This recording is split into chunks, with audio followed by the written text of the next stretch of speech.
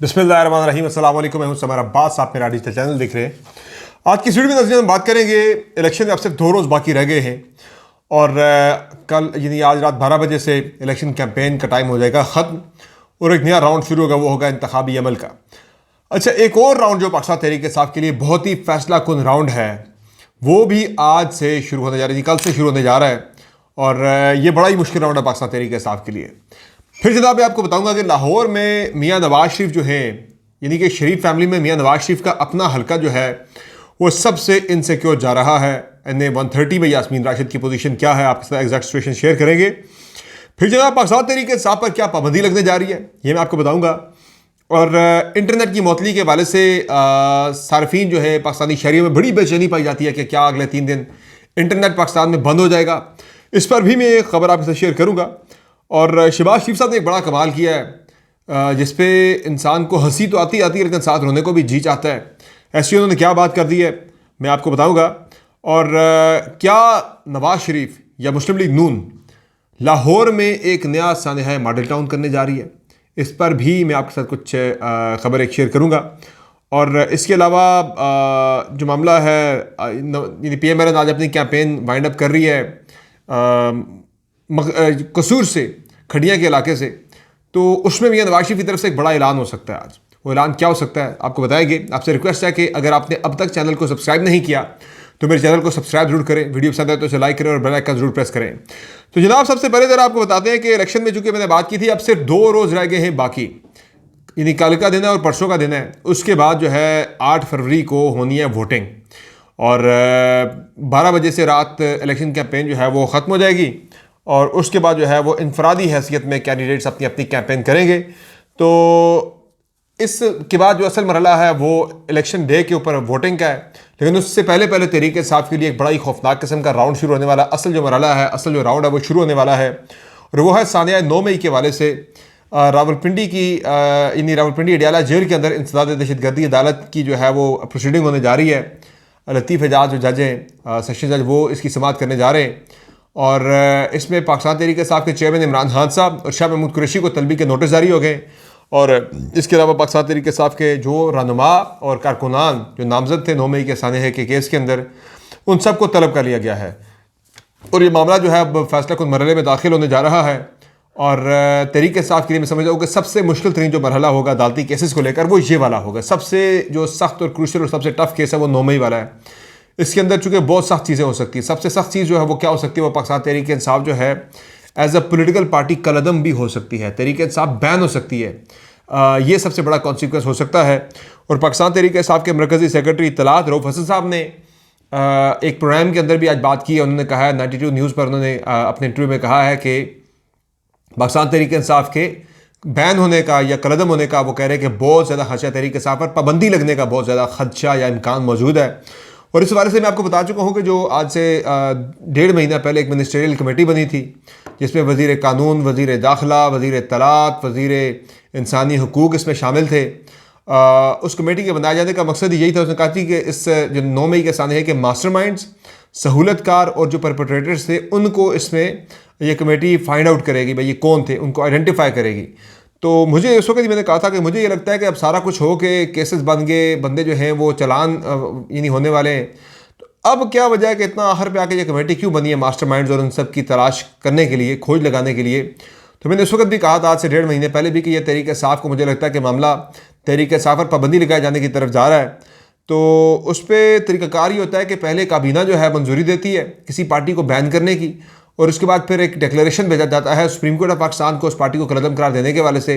और फिर इन्हीं 14 दिन के अंदर अंदर जो है पार्लियामेंट जो काबीना जो है वो डिक्लेरेशन जारी करके पार्टी को बैन करने का, फिर विदिन 14 डेज़ मामला रेफ़र करती है सुप्रीम कोर्ट ऑफ पाकिस्तान को और फिर सुप्रीम कोर्ट ऑफ पाकिस्तान की जो राय होती है इस डिक्लेरेशन के ऊपर वो हतमी राय होती है। सुप्रीम कोर्ट अगर कह दे कि ये पार्टी कलअदम नहीं हो सकती तो वो पार्टी कलअदम नहीं होती, काबीना का फैसला रिवर्स हो जाता है। अगर सुप्रीम कोर्ट काबीना के फैसले को अपहोल्ड कर दे तो वो फिर पार्टी हो जाती है कलअदम। तो यहाँ जिस तरह के हम देख रहे हैं काबीना है या जिस तरह के सुप्रीम कोर्ट बैठी है इस वक्त, ज़ाहिर तहरीक इंसाफ कह रही है कि भाई हमारे ख़िलाफ़ हैं, तो कुछ भी आप कह सकते हैं कि ये कलअदम की तरफ ही मामला जा सकता है। अगर भले का इंतखाबी निशान लिया जा सकता है तो ये कलअदम की तरफ ही मामला जा सकता है। अच्छा, इसके अलावा जो मैं बात करने जा रहा था लाहौर की, लाहौर में मैं पहले भी आपको बता चुका हूँ कि शरीफ फैमिली को बड़ी ट्रबल है, और सबसे ज़्यादा जो मसला है शरीफ फैमिली को, बाकी हल्के शायद मरीम नवाज़ वाला, चूँकि वहाँ सनम जावेद इलेक्शन नहीं लड़ रही तो अब मरीम नवाज़ वाला शायद मरीम नवाज़ जीत भी जाए, लेकिन मियाँ नवाज शरीफ का जो जीनी शरीफ जो PMLN के हेड हैं और शरीफ फैमिली के इस वक्त जो सरपरस्त है मियाँ नवाज शरीफ, जो वज़ीर आज़म के कैंडिडेट भी हैं, उनकी अपनी सीट NA 130 सबसे इनसिक्योर सीट जो है वो इस वक्त PMLN की लाहौर के अंदर समझी जा रही है, जिस पर मियाँ नवाज शरीफ जो है वो बहुत ख़तरे में। जो उसकी बड़ी वजह है वो यास्मीन राशिद का उनके मुकाबले में होना और पाकिस्तान तहरीक इंसाफ के साइलेंट वोटर का हल्के के अंदर मौजूद होना। मैं ये बात बार बार कर रहा हूँ, लोगों को लगता है कि जितना जबर हुआ सब कुछ हुआ, लोग डर गए, तहरीक इंसाफ के लोग डीमोरलाइज हो गए सजाओं से। मुझे लगता है कि ये सारा मामला होगा उलट, और इस मरतबा तहरीक इंसाफ का जो वोटर है, बिलखुसूस जो नौजवान वोटर है, यानी 2 करोड़ 30 लाख ऐसे नौजवान हैं जिन्होंने पहली मरतबा अपना वोट कास्ट करना है, तो ये 2 करोड़ 30 लाख अगर वोटर निकल आता है, पिछले इलेक्शन में 2 करोड़ 60 लाख वोट लेके तहरीक इंसाफ की गवर्नमेंट बनी थी 2018 में, तो अब की मरतबा 2 करोड़ 30 लाख तो सिर्फ जो है वो नौजवान वोटर है। तो अगर ये नौजवान वोटर वोट डालने के लिए निकल आता है, और पर्टिकुलरली अगर मैं बात करूँ तो 44% जो वोटर है तकरीबन 5 करोड़ 60 लाख के करीब, ये वो वोटर है जो जिनकी उम्र 18 से 35 साल के दरमियान है। तो ये लोग बिल्कुल पूरी गेम ही बदल सकते हैं इलेक्शन के अंदर, और ज़ाहिर वो गेम बदलती है वो तहरीक इंसाफ के हक में बदलती हुई नज़र आ रही है। तो नून लीग को भी बहुत ज़्यादा परेशानी जो अंदर ही अंदर खाई जा रही है वो यही है कि ये जो नौजवान वोटर है ना, ये हमारा कहीं बनी बनाई गेम हमारी बिगाड़ ना दे। तो नवाज शरीफ साहब का जो हल्का है 130, यहाँ से मियाँ नवाज शरीफ साहब की सीट बहुत खतरे में नज़र आ रही है, यानी कि शायद जीत भी जाए, लेकिन अभी तक की जो कंफर्म सीटें नून लीग की उनमें ये 130 वाली सीट को नून लीग काउंट नहीं कर रही। ये यानी कि मैं आपको खबर दे रहा हूँ, मंसूर अली खान थे, राय साकिब खरल, और फिर उन्होंने, मेरे प्रोग्राम में दोनों का ताल्लुक लाहौर से है, तो कल हम ट्रांसमिशन जब हम न्यूज़ पे कर रहे थे तो दोनों ने इस राय का इजहार किया कि 130 जो है वो सिक्योर नहीं है। नून लीग को बहुत ज़्यादा परेशानी है 130 के ऊपर कि मियाँ नवाज शरीफ यास्मीन राशिद के मुकाबले में हार सकते हैं इलेक्शन। तभी उन्होंने मानसेरा की महफूज तरीन नशिस्त जो है वो ऑप्ट की थी कि वहाँ से इलेक्शन लड़ने का उन्होंने फैसला किया। अमूमन ये होता है कि पार्टी का जो हेड होता है वो चैलेंज के तौर पर लेता है, वो अपनी पॉपुलैरिटी को टेस्ट करने के लिए चैलेंज के तौर पर टफ से टफ हल्कों से जाके इलेक्शन लड़ता है। जिस तरह आपको याद है कि 2018 के इंतखाबात में इमरान खान ने लाहौर से नून लीग का सबसे तगड़ा हल्का था साद रफीक वाला, वहाँ से जाके इलेक्शन लड़ा। पेशावर से NA 1 से जो सबसे तगड़ा हल्का था बिलोरो का, वहाँ से जाके इमरान खान ने इलेक्शन लड़ा। और इसके अलावा इमरान खान ने कराची से जाके इलेक्शन लड़ा। तो ये एक दिलेराना फैसला होता है किसी लीडर का कि वो ऐसा हल्का कि जहाँ पार्टी का चांस ही कोई नहीं होता, पार्टी लीडर जाके इलेक्शन लड़ता और वो हल्का वो जीत जाता है। लेकिन जहाँ पे सूरत आ जाए कि पार्टी के जो हेड है मियाँ नवाज शरीफ साहब, वो सबसे महफूज तरीन हल्के की तलाश में मानसेरा जाके पहुँच गए। इसी तरह से मौलाना फजल रहमान साहब अलीमीन गंडापुर के मुकाबले में बड़ी बाज़ अक्सरियत से हार रहे हैं, मैं आपको आज बता रहा हूँ। तभी जाके उन्होंने पशीन वाली सीट जाके ऑप्ट किया कि वो पशीन से इलेक्शन लड़ रहे हैं। बिलावल भुट्टो जरदारी साहब लाहौर से इलेक्शन लड़ रहे हैं, लेकिन जाहिर है इतना सिक्योर मामला नहीं है, मुश्किल ये फैसला था लाहौर से इलेक्शन लड़ना, और उनकी सीट भी मुझे खतरे में नज़र आ रही है लाहौर वाली, यानी कि खतरा है। आप कह रहे अच्छा इलेक्शन वहाँ पे वो कॉन्टेस्ट करें, लेकिन वो सीट खतरे में है, हार सकते हैं, सीट चांस मौजूद है इसका। तभी जाके उन्होंने सिंध के अंदर भी सबसे महफूज तरीन जो कमर शदाद कोर्ट वाली सीट है उस पर जाके उन्होंने ऑप्ट किया है, जो पीपल्स पार्टी की 200% पक्की सीट है।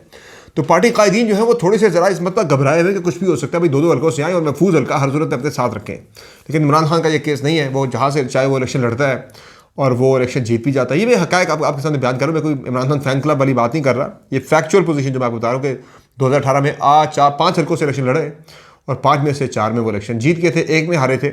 अच्छा, अब जो दूसरी बात है जनाब, इंटरनेट की बंदिश के वाले से बड़ा एक पाकिस्तानियों में इस्तराब पाया जा रहा है कि भाई कहीं इंटरनेट की बंदिश तो नहीं होने जा रही अगले 3 दिन जो है 6, 7, 8 या 7, 8, 9 को। तो इस हवाले से बलूचिस्तान के वाले से खबर आई थी कल, और बलूचिस्तान हुकूमत ने कंफर्म किया था कि बलूचिस्तान में वो हल्के जो सेंसिटिव हैं, वो पोलिंग स्टेशन जो सेंसिटिव है, जो हसास से ज़्यादा, वहाँ पर होगा अपना इलेक्शन डे के ऊपर मोबाइल फ़ोन सर्विस बंद होगी, इंटरनेट सर्विस बंद होगी। बाकी पूरे मुल्क के अंदर जो है वो इंटरनेट सर्विस जो है वो बहाल रहेगी, चलती रहेगी एज़ पर यूजुअल। कहीं भी अभी तक इंटरनेट की बंदिश के वाले से फैसला नहीं हुआ। हाँ, खैबर पख्तूनख्वा के कुछ जो हैं सेंसिटिव इलाकों के अंदर, जो सेंसिटिव हल्के हाईली, वहाँ पर भी इंटरनेट सर्विस जो है वो बंद हो सकती है, इस बात का इम्कान मौजूद है। अच्छा, मुझे समझ नहीं आती सेंसिटिव हल्के का इंटरनेट की कनेक्टिविटी के साथ क्या मामला है, क्या ऐसा सिस्टम है कि भाई इंटरनेट अगर होगा तो वो वहाँ पर दहशतगर्दी हो जाएगी, इंटरनेट अगर नहीं होगा तो वहाँ पर दहशतगर्दी नहीं होगी। तो ये मुझे इस चीज़ का कनेक्शन कोई आपस में जो है वो समझ में नहीं आया कि भाई क्या कनेक्शन है इसका। हाँ, मोबाइल फ़ोन सर्विस का तो मैंने सुना था माजी में वो बंद किया करते थे, लेकिन इस मरतबा जो है वो इंटरनेट सर्विस का बंद होना मे बी कि ये हो सकता है कि शायद टेररिस्टों के दरमियान कोई कोऑर्डिनेशन जो है वो वो व्हाट्सएप के ज़रिए शायद वो ज़्यादा सिक्योर होती है, वो शायद व्हाट्सएप से करते हो, पकड़ी ना जाती हो, इसीलिए वो नंबर पे जब कॉल करते हैं वो पकड़े जाते हैं। शायद ये इसमें मुझे एक वजह नज़र आती है, बाकी मुझे ऐसा कोई इसकी कोई रीज़न नज़र नहीं आती इंटरनेट की बंदिश की। अच्छा, शहबाज शरीफ साहब ने एक इंटरव्यू दिया है मंसूर अली खान साहब को, और उसमें 2-3 बड़ी इंपॉर्टेंट बातें हुई हैं। एक तो उनसे जब पूछा गया तोशा खाना की गाड़ी के वाले से जो मियां नवाज शरीफ को मिली है, उन्होंने कहा जी इसका जवाब मियां नवाज शरीफ खुद देंगे, मैं नहीं दे सकता। यानी इसका मतलब है कि उन्होंने डिफेंड नहीं किया प्रॉपर, इस पर मामला मियां नवाज शरीफ की तरफ रेफर कर दिया। दूसरा, उनसे जब पूछा कि ये ज़रा मज़ाक़ खेज़ भी है और अफसोसनाक भी है, जो दूसरी बात आपको बताने जा रहा हूँ कि जब मंसूर अली खान ने उनसे पूछा कि भाई ये जो आपके दौर में इमरान रियाज खान को उठाया गया था, आपने कोई नोटिस नहीं लिया, आपने एक्शन कोई नहीं लिया, इसके ऊपर क्या वजह है? कहा नहीं, आपको किसने कहा मैंने एक्शन नहीं लिया? मैंने तो उसी वक्त कीनिया की हुकूमत से मैंने रब्ता किया था। तो ये बड़ा मैं कहूँगा कि मज़ाक़ खेज़ भी है और हंसी भी इस पर आ रही है और मुझे रोना भी आ रहा है कि मुल्क के वज़ीर-ए-आज़म को नहीं पता एक पाकिस्तान के इतने नुमायाँ जर्नलिस्ट को उठाकर जो है डाल दिया गया किसी क़यादे तन्हाई में, बग़ैर किसी जुर्म के, बग़ैर किसी सज़ा के अगवा करके, और मुल्क के वज़ीर-ए-आज़म को वो कहते हैं मुझे पता ही नहीं है, और वो कह रहे हैं मैंने कीनिया से रब्ता किया था। तो ये जहाँ अफसोसनाक है, जहाँ यानी कि मज़ाक़ खेज़ है, जहाँ इस पर हंसी आ रही है उनके बयान के ऊपर, तो वहाँ रोना भी आ रहा है कि मुल्क के वज़ीर-ए-आज़म का ये हाल है जनाब कि उन्हें पता ही नहीं था वज़ीर-ए-आज़म होते हुए, या फिर वो जानबूझ के भुला बनने की कोशिश कर रहे हैं। अच्छा, बाकी पीपल्स पार्टी बहुत ज़्यादा खदशे का इजहार करने लग गई है कि नून लीग जो है वो पंजाब में इंतज़ामिया के ज़रिए कुछ गड़बड़ करना चाह रही है। बिलावल भुट्टो ज़रदारी ने बयान दिया है और उन्होंने वाज़ेह किया कि इंतज़ामिया से मुराद हमारी इस्टेब्लिशमेंट नहीं है, बल्कि इंतज़ामिया से मुराद हमारी इंतज़ामिया ही है। लेकिन परवशा खान साहबा ने यह कहा है कि नून लीग जो है या मियां नवाज शरीफ जो है वो लाहौर में एक और शानदार मॉडल टाउन करवाने जा रहे हैं। ये बातें तो हो रही हैं कि पीपल्स पार्टी टफ टाइम दे रही है मुस्लिम लीग नून के लाहौर से, यानी 127 से, जहाँ काफ़ी ज़्यादा तल्ख किस्म की इस वक्त सियासी सूरत हाल बन चुकी है। नून लीग और पीपल्स पार्टी के दरमियान माहौल काफ़ी तल्ख हो चुका है। शायद उससे पीपल्स पार्टी कह रही हो कि भाई ये कुछ मॉडल टाउन की तरह का कुछ हानिया करवाने जा रहे हैं लाहौर के अंदर, कोई फसाद वगैरह कोई फैलने जा रहा है। बाकी डेरा इस्माइल खान में मुझे बड़ा अफसोस हुआ, बड़ा दुख हुआ, मेरी दिली हमदर्दियाँ उन पुलिस एहलकारों के साथ की फैमिली के साथ हैं कि जिनके 10 जवान जो है वो इस दहशतगर्दी के वाक़े में शहीद हुए। डीआई खान ने पुलिस स्टेशन पर जो अटैक किया दहशतगर्दों ने। इसके अलावा जो लतीफ़ खोसा है, उन्होंने पाकिस्तान पीपल्स पार्टी के साथ इश्तराक के वाले से इशारा दे दिया। उन्होंने कहा जी हो सकता है, ये पॉसिबल है कि हमारा इश्तराक हो भी सकता है, लेकिन इसके लिए शर्त उन्होंने ये रखी कि पाकिस्तान पीपल्स पार्टी जो है वो लेवल प्लेइंग फील्ड के वाले से जो पाकिस्तान तहरीक इंसाफ को मसाइल का सामना है उस पर वो पाकिस्तान तहरीक इंसाफ की लाइन पर आएँ, तहरीक इंसाफ की लेवल प्लेइंग फील्ड से मुतल्लिक़ लाइन को पकड़ें, इसको फॉलो करें और इसको सपोर्ट करें। तो ओनली देन जो है पाकिस्तान तहरीक इंसाफ पाकिस्तान पीपल्स पार्टी के साथ इश्तराक कर सकती है, किसी भी किस्म की उनके साथ इत्तेहाद वगैरह किया जा सकता है। बाकी कल नवाज शरीफ का जलसा है जनाब, आखिरी जलसा ये कैंपेन के वाले से। ये खड़ियाँ कसूर में जलसा करने जा रहे हैं। ये मलिक अहमद का इलाका और बड़ा तगड़ा इलाका है PMLN का।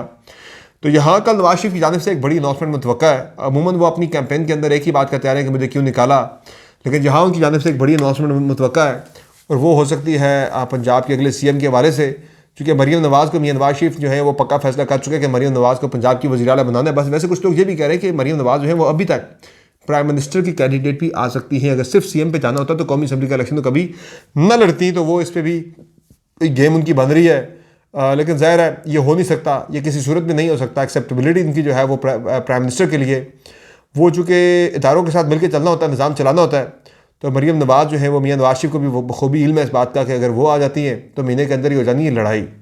तो इसलिए MNA तो वो बन सकती है, लेकिन प्राइम मिनिस्टर बनने वाली बात जो है मुझे उसमें वज़न नज़र नहीं आता। हाँ, वो CM वाली जो उनकी एक है ख्वाहिश, उस पर बड़ी शद्दोमत के साथ उस पर काम हो रहा है। लेकिन असल मामला ये है कि हल्का जीतना और उतनी सीटें जीतनी है कि जिससे आप पंजाब का CM बना सकें। तो ये इलेक्शन डे पर जाके चीज़ें पता लगेगी। आज की इस वीडियो में इतने अपना फीडबैक मुझे ज़रूर दीजिएगा कमेंट सेक्शन में। इजाज़त दीजिए, अल्लाह हाफ़िज़।